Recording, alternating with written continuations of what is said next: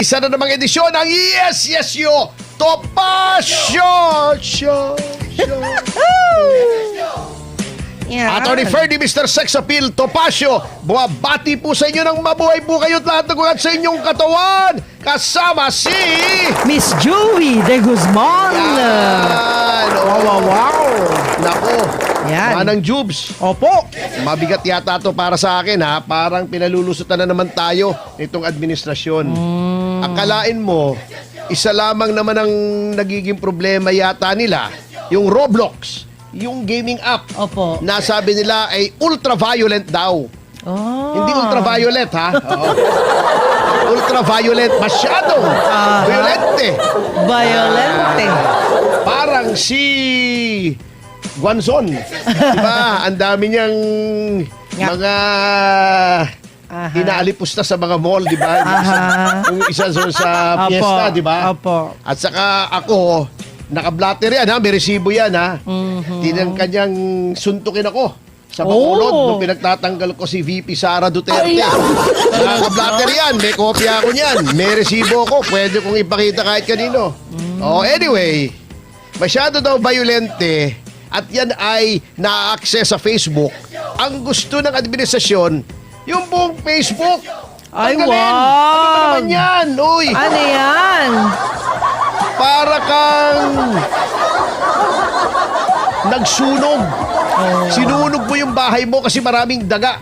O, di ba? Ibig sabihin, wala siyang Facebook. Baka ganun. Hindi, kaya nga, alam mo kung bakit yan? Ito ha. Ito, sinasamantala na nila. Kasi, pag pumunta ka sa Facebook, doon nakakakuha ng tunay na balita Yun. ang mga mamamayan. Yun lang. Yung mga balitang ayaw nilang ipalabas sa mga outlet ng media na kaalyado nila ay doon nakukuha ng mga mamamayan. Ito ay naging conduit or instrumento ng free speech. Hindi nila masensor. Kaya tinatakot nila.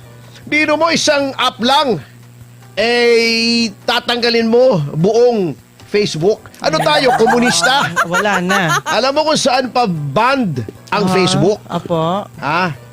Sa China at saka sa Russia. Yun. Di ba? Ibig mo sabihin, ginagaya natin ang China at saka ang Russia. Di ba galit na galit tayo? Tapos Sa gagayahin Russia natin. at saka sa China. Bakit ginagaya mo yung patakaran nila? Communist government yun eh. Tayo ba'y komunista? Unless pwede nang aminin ng administrasyon na kontrolado na tayo na mga komunista na mukhang doon na tayo paparating. Wag naman. Wag nang ibalik yung dating masama. Oo, kita ba Yan namang Wag na. tatanggalin mo yung Facebook, 98% yan 90% Opo. ng mga nasa social media ay nasa Facebook. Ayan. Alam mo kung bakit? Kung titignan mo yung content ng Facebook kasi, talong-talo ang administrasyon ng mga Facebook. Actually, pati sa TikTok, maraming content na sila ay kinikriticize. Ang problema, di ba, ina-assure ng palasyo.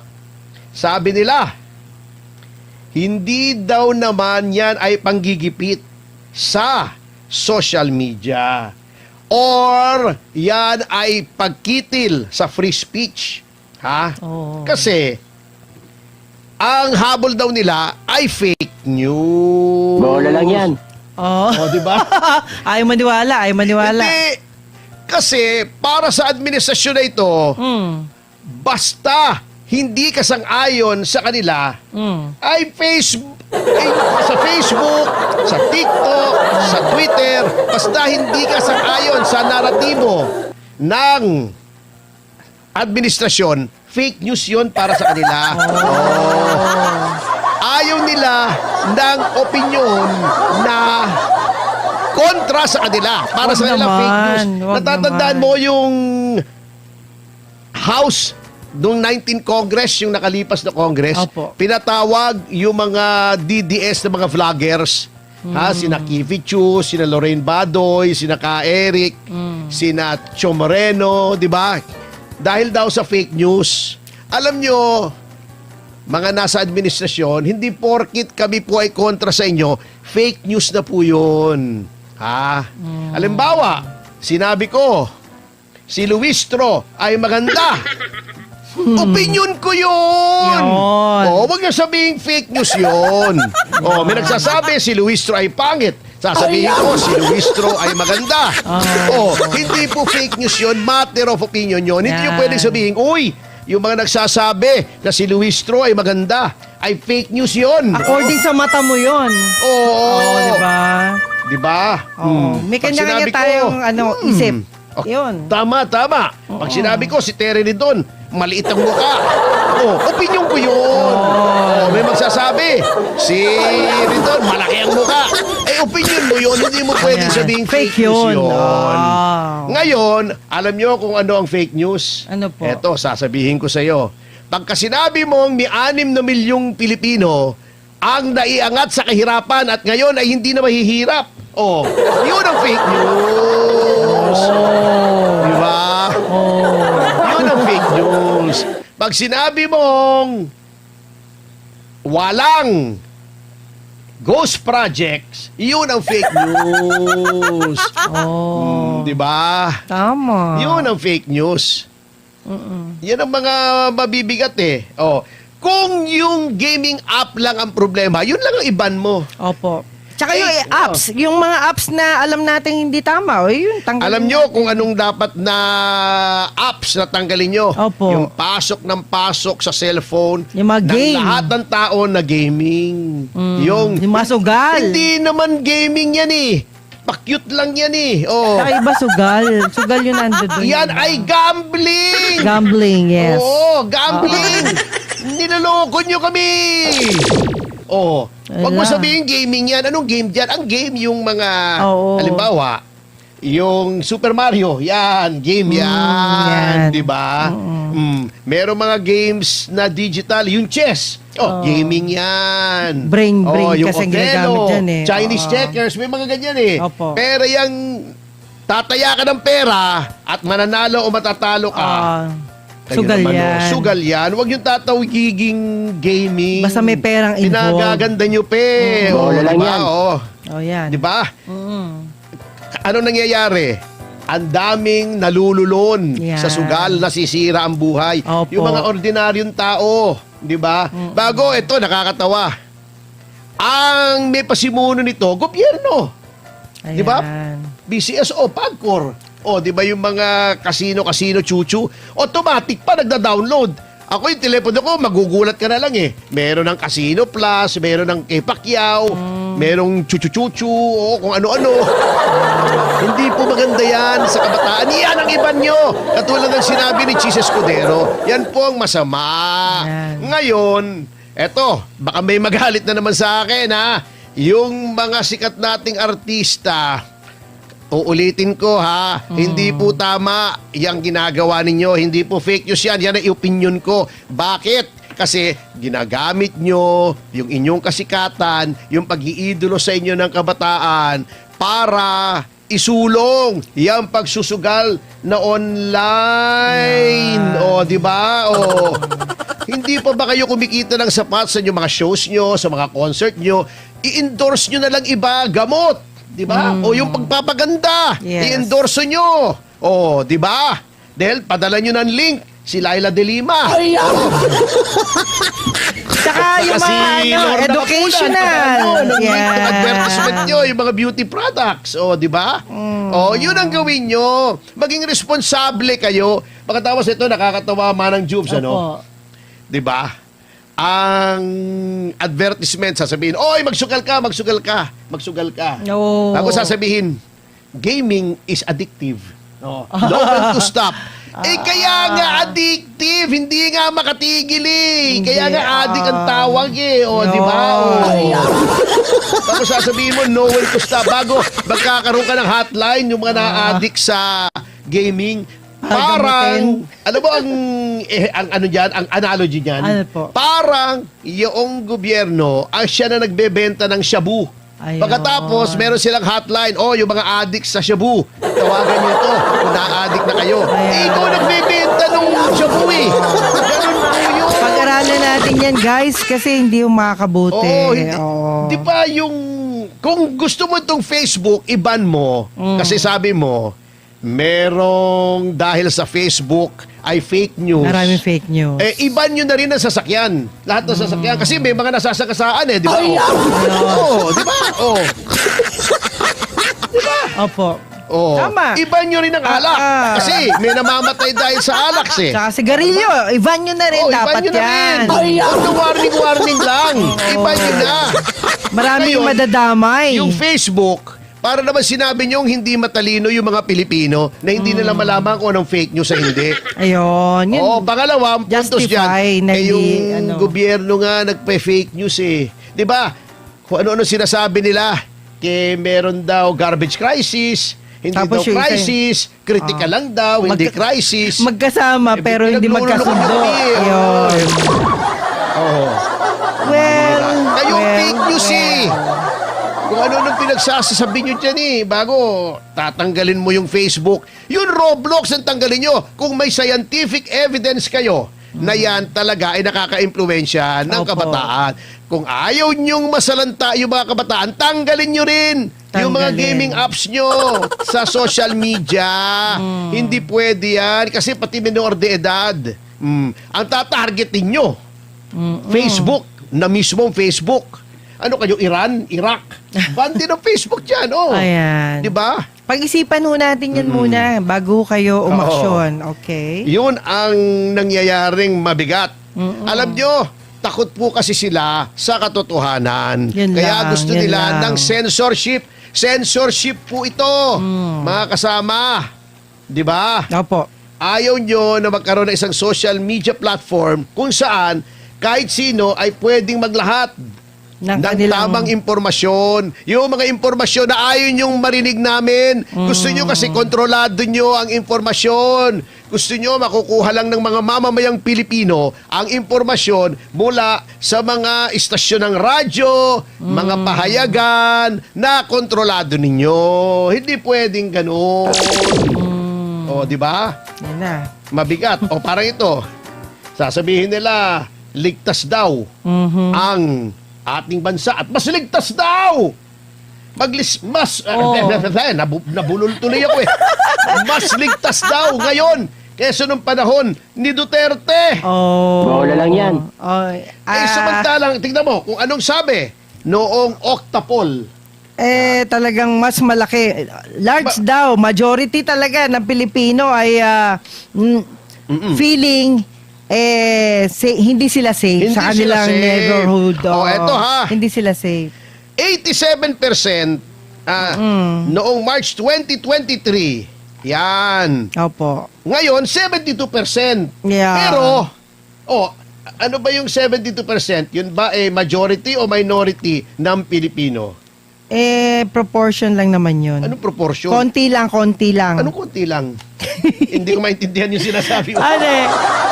Yung 72%. Hindi. Yung 72% po, survey lang na kinonduct noong July 4 to 11 pa lang. Okay? Yung bang 72% ay Minority lang yan. Ano? Hindi, Alin ano ba? minority?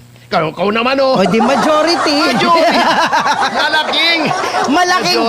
Malaking proportion ng tao ang biktima. Yun ang ibig sabihin. Ayan. Alam mo yung ibig sabihin ng 72%? 7 sa 10 Pilipino ang nagsasabing hindi sila ligtas sa kanilang neighborhood. Well, actually, yun ang totoo. Yan ang totoo. Neighborhood yan hindi yan Facebook. Opo. Hindi lang social media. Yung tunay na kapaligiran nila. Opo. Kapitbahay nila, doon sa tinitirhan nilang kalye, sa tinitirhan nilang barangay, sinasabi nila, mas maraming Pilipino ang nagsasabing sila ay takot maglakad kapag gabi. Totoo. Magkanong tinaas? Napakalaki po niyan. 15%. Hindi. Ang alin? Ito. 81% Hindi. to 68%. Ito yung tumaas. Yung natatakot Yung takot. Maglakad ng gabi. From 10% to 16%. Yes. Naging ano? Naging 16%, syempre. Yan. Worried So, talaga, worried dahil maraming magnarakaw. Tumaas o bumaba? Tumaas. Yung mga natatakot na sila ay papasukin ng Oo. mga magnanakaw, tumaas o bumaba? Tumaas. Mula saan? Mula sa eto na, 91. Kasunod lang yan. Opo, Ah. 58%. Hindi. To 33. Ito. Asan na ba tayo? Hindi, yung natatakot na sila ay pasukin ng magnanakaw. Yun na. 12%, 12% to ano nangyari? 21%. Naging 21% tumaas. Sobra naman to. Tumaas. Oo. O bumaba. Ayan. Tumaas yan. Ibig sabihin, hindi tayo safe. Ayan na, Mm. attorney. Hindi tayo safe. Yan. Well, Kita mo, actually, ha? that's true. Noong Oo. March 2023, Yan. ang mga nagsasabing sila ay ligtas ay bumagsak. Wala na. Wala na. Wala Bagsak nang na. naniniwala sa ligtas. 33 points. Opo, ayan. 33. Ibig sabihin, anong ibig sabihin? Wala na ang katotohanan ng kaligtasan. Yan. Tayo po'y bigo. Takot na. Yan, Oo. bigo. Eto. Sabi ng Okta. Eto, Tagalogin mo. Sige na nga. Alam. Yan. Opo. Eto, sabi nila, agreement on walking alone at night. Ang krimen ay pag naglalakad sa gabi Na mag-isa. na mag-isa. Ito na ha, tingnan mo kung tumaas o bumaba. Declined by 40 points. Ayan, hindi yan totoo na Bumaba. Declined. by 70%. Ano? And then 40 40%. points. 40 points. Okay. Oh, from 88%, naging 48% na lamang ang nagsasabing ang pakiramdam nila ay ligtas sila. Sabi nyo lang yan, di ba? Hindi. Yan nga ang survey. Survey nila? Oo. Okay. Yan ang survey. Yan ang nararamdaman ng Wala mga na. Pilipino. Wala na. Oo. We're not safe. I'm sorry. At yung mga tao na ang pakiramdam nila ay ligtas sila sa loob mismo, ha? Ng Sa loob bahay. mismo ng bahay. Oo. Ay, bumagsak ba o tumaas? Bumagsak, decline. Ilang porsyento? Ilang porsyento? Mas malaki ang porsyento niyan. Yan, nasa kabilang page. Kaya pala. Oo. Talagang Yan, malabo na ang Yan. 40. Ilang percent? 88% to 48% daw. Oo. So, 71%. Oh, yes. Yan. Ayan na. Di ba? Oh, sa mga, yes. Sa mga tuwid baga, ang mga Pilipino ba ngayon, ang pakiramdam nila ay ligtas sila o hindi? Hindi po. Yan. Bago sasabihin nila, Okay. bumagsak daw ang krimen. Palagi ko, sila ang bumagsak sa mate, Ayan. no? Hindi kasi sila, sir, may mga gwardiya sila marami. Kaya sa dami po ng mga tauhan ninyong pinasusweldo para iligtas kayo, kawawa po kami, mga taong bayan. Okay, pumunta naman Actually, tayo sa iba namang survey. Sa hunger SWAS naman. SWS. SWAS. Nasa SWAS ka na, ha? SWAS. Sige Oo, po. eto. Ayan. In fairness, yung self-rated hunger ay bumaba ng konti. Ibig sabihin, ang bilang ng mga Pilipino na nagsasabing sila ay nagugutom ay bumaba. Pero maliit lang ang Small. ibinaba. Opo. Kasi liit ko lang. Oo. Ayan. Malaki ka nga Kasi dati, noong Marso ng taong ito, ang mga tao, yung porsyento ng mga Opo. Pilipino nagsasabing sila ay nagugutom ay 23.2% in March. Yan. Pero ngayon, ito ay Ito ay naging 20.3%. Ayun na. Tayo parehas dito. Pero yung sinasabing 6 na milyon na Pilipino na iangat daw sa paghihirap, Opo. hindi totoo yun. Kasi 3% lang eh. Naku, drawing lang. Yan ang fake news. Ayan. Bola lang yan. Di ba? Yan na. Eto ha, tingnan mo yung bandang baba. Anong nakasulat? Ang nagsasabi ng mga Pilipino, anong porsyento ng mga Pilipino ang Mula nagsasabing saan? sila ay mahihirap ay Ayan, often, always. yan, Ah, 49%. Ayan. Paktay tayo dyan. Oo.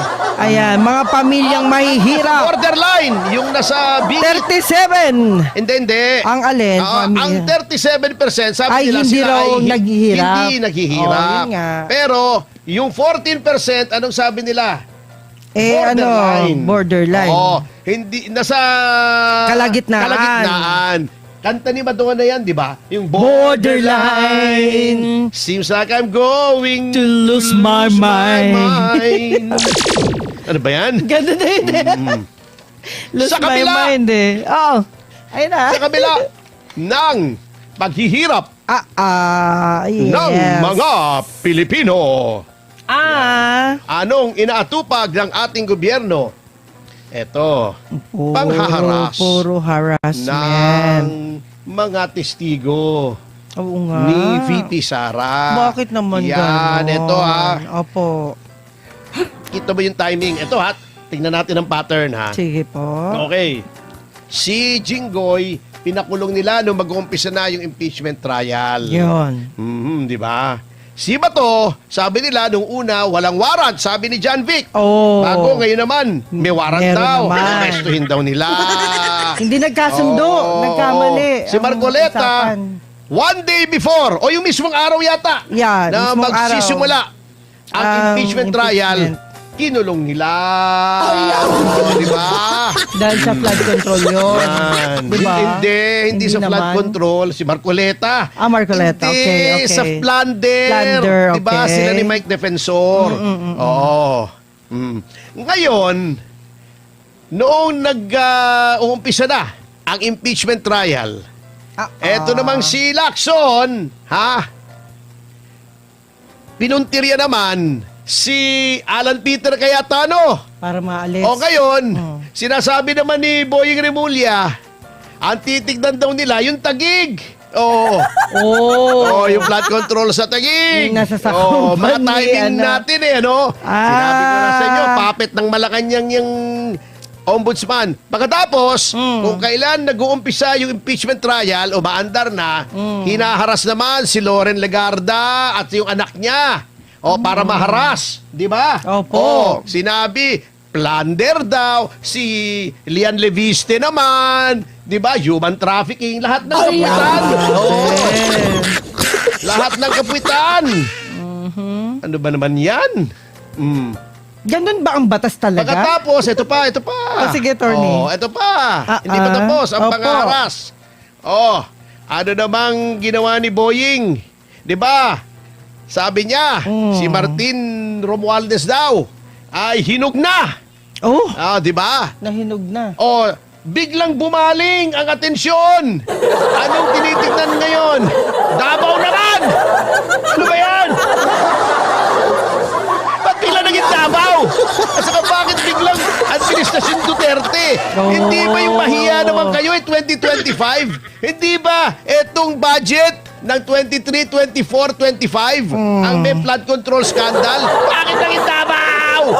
Wala kang pondo eh. 4 na taon nang hindi binibigyan ng pondong Davao. Ano ba naman yan? Yun tuloy, nalaman tuloy ng tao na 4 na taon na palang walang pondo. diba? Dahil sa mga ginagawa. Pero di ba, tinalakay natin kahapon. Opo. Sa kabila ng walang pondo, number 20 pa rin sa top 20 na pinakamayamang lungsod sa Southeast Asia. Yun. At isa sa 2 lamang na lungsod sa Pilipinas na pumasok sa top 20. Buti na lang. Di ba? Buti may pumasok. Ngayon, yung mga testigo na kampi kay VP Sara Duterte sa impeachment. Ito, timing na naman ito. Anong ginawa ni Gubo Teodoro? Ang galing nila. Hindi nga, anong ginawa niya? Pinaimbestigan niya. Galing, di ba? Galing ni Gubo Teodoro. Biglang, may misuse na. Inimbestigahan. Ang tagal-tagal, di ba? Yang usapin na yan, yung confidential funds. Pero ngayon lang inimbestiga nung sila ay titistigo na. And speaking of confidential funds, Manang Juby. Opo. Eto baka hindi alam ng mga tao nito Tungkol sa confidential funds, eto ihambing natin ang confidential funds ng mga ahensya ng gobyerno. Okay, wag na lahat kasi ang DILG, DOJ, noong ang makapatid na Rimulya ang namumuno doon sa mga ahensyang yon, almost 1 billion o higit 1 billion ang confidential funds doon magkasama. Bakit hindi tinignan kung saan ginamit yon? Eto comparison. Ang Office of the Vice President noong 2022 may 125 million na confidential funds. Okay. Na nanggaling mismo kay Pangulong Marcos Jr. Na ngayon, noong 2023, para sa operations ng OVP, binigyan siya ng 375 million bilang confidential funds. Okay. Magkano ang confidential funds ng Office of the President for the same period, 2023? Hulaan mo. Hulaan mo. Kahit ano. Kahit anong amount. 300 million, 375 million ang OVP noong 2023. Ano ang amount ng confidential funds ng Office of the President, si Marcos Jr.? Mas malaki yun. Kaya nga, hulaan mo kung magkano? Hula pa rin? 500 million. Hindi. Magkano? Alam mo kung magkano? Magkano po? 4.5 billion! Billion, not million. Billion! Oh. Billion! Bago iniimbestiga si Grabe. VP Sara. Noong 2024, alam mo kung magkano ang confidential funds ng Office of the President? Magkano? Ganon din. 4.5 billion. Billion. Billion. Ang Office of the Vice President, alam mo kung magkano ang confidential funds? Magkano? Zero! Bakit si VP Sara ang Na iniimbestigahan? zero. Noong 2025, the next year, alam mo kung magkano ang confidential funds ng Office of the President? How much? 4.5 billion. Billion. Billion. Billion. Billion. Billion. Hindi na si zero, no? Hindi na si zero. Pero ang OVP, alam mo kung magkano? Makano? Zero! Yun na zero. Zero. Noong 2026, sa taong ito, alam mo kung Paktay, magkano ang confidential funds ng Office of the President? How much? 4.5 billion! Billion! Hindi nagbago. Billion. Billion. Billion.